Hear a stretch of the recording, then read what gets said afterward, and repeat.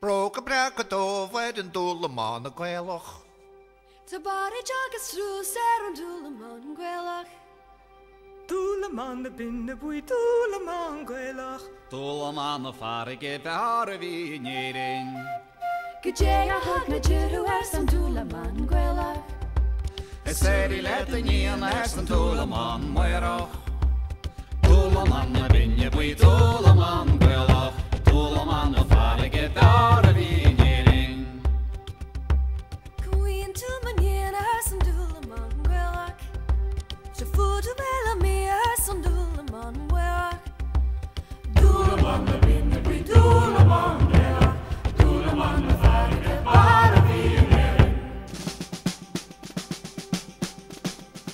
Rach am oed gyda'r leis y dŵl y man gwelach.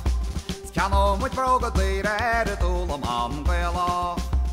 Dŵl y man y bin y bwy, dŵl y man gwelach. Dŵl y man y ffarig e bar y fi neirin.